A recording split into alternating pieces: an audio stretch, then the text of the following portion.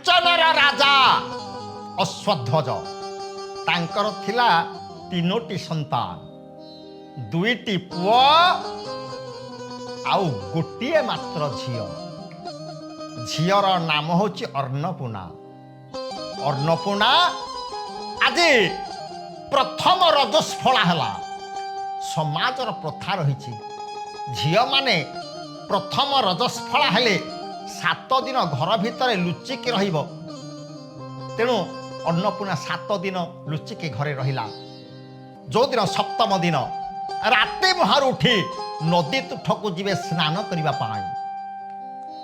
ନଦୀ ତୁଠରୁ ସେତେବେଳର ପ୍ରଥା ଅନୁସାରେ ଝିଅମାନେ ଆଉ ସ୍ନାନ ସାରି ଘରକୁ ଫେରନ୍ତି ନାହିଁ। କାହିଁକି ଫେରନ୍ତି ନାହିଁ? ପରାଶର ସଂହିତାରେ ମୁନି ପରାଶର କହିଲେ ପିତାଶ୍ଚୈବ ମାତାଶ୍ଚୈବ ଜ୍ୟେଷ୍ଠ ଭ୍ରାତା ତଥୈବ ଚ ତ୍ରୟସ୍ତେ ନରକ ଯାନ୍ତି ଦୃଷ୍ଟ୍ୱା କନ୍ୟା ରଜସ୍ଫଳା। ରଜସ୍ଫଳା ଝିଅର ମୁହଁ ବାପା ମା ଏ ଝିଅ ଠାରୁ ଯିଏ ବଡ଼ ଭାଇ ଥିବ ସେମାନେ ଚାହିଁଲେ ନର୍କଗାମୀ ହେବେ। ତେଣୁ ସେତେବେଳର ପ୍ରଥା ଥିଲା ସ୍ନାନ ତୁଠରେ ସ୍ନାନ ସାରି ଝିଅ ଘରକୁ ଫେରିବ ନାହିଁ। ତାର ଯେଉଁ ଭାଇମାନେ ଥିବେ ବରଣ ମାଳ ନେଇକି ଭଉଣୀ ପାଖକୁ ଯିବେ, ଭଉଣୀ ହାତରେ ଧରିଦେବେ, ଭଉଣୀ ଚାଲିବ ସେଇ ନଦୀ ତୁଠରୁ ବର ଅନ୍ୱେଷଣ କରିବା ନିମିତ୍ତ, ବର ନିର୍ବାଚନ କରିବା ନିମିତ୍ତ।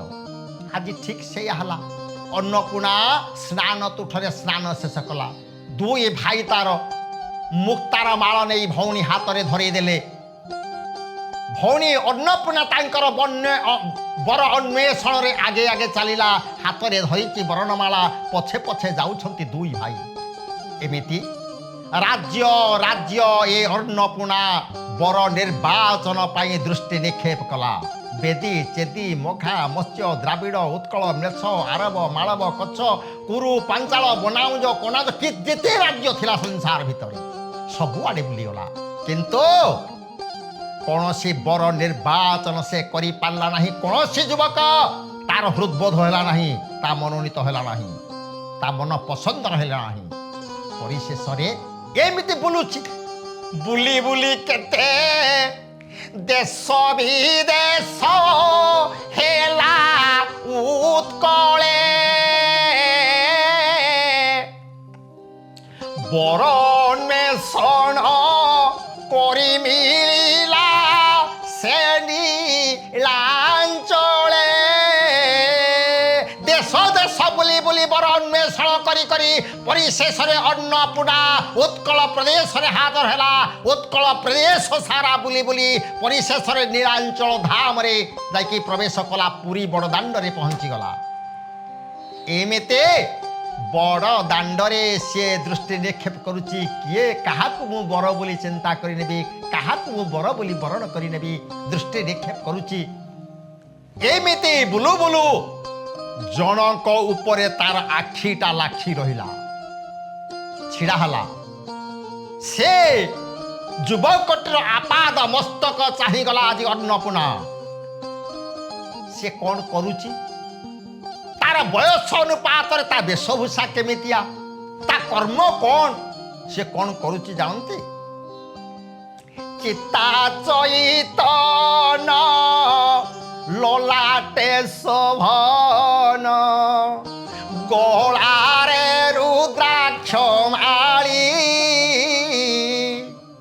হরি নাম গাই প্রেমে নাচু থাই ভিক্ষা মাগে ধরি থাল বয়স অনুপাତରେ পোশাকକୁ ଅନୁଧ୍ୟାନ କରୁଛି ଆଜି ଅନ୍ନପୂର୍ଣ୍ଣା। গৈରିକ ବସ୍ତ୍ର ପରିଧାନ କରିଛି ଯୁବକଟି। କପାଳ ପ୍ରଦେଶରେ ଚିତା ଚୈତନ୍ୟ, ଗଳାରେ ରୁଦ୍ରାକ୍ଷର ମାଳି, ନାଚି ନାଚି ପ୍ରେମ ବିଭୋର ହୋଇ ଭଗବାନଙ୍କର ନାମ ସ୍ମରଣ କରି ବଡ଼ ଦାଣ୍ଡରେ ନାଚି ନାଚି ଭିକ୍ଷା ଝୁଲି ଧରି ଭିକ୍ଷା କରୁଛି, ପ୍ରଭୁ ନାମ ଗାଉଛି, ଜଗନ୍ନାଥଙ୍କର ଭଜନ ଗାଇ ନାଚି ନାଚି ବିଭୋର ହେଇ ଏ ବଡ଼ ଦାଣ୍ଡ ଏ ଶରଧା ବାଲିରେ ଗଡ଼ି ଯାଉଛି।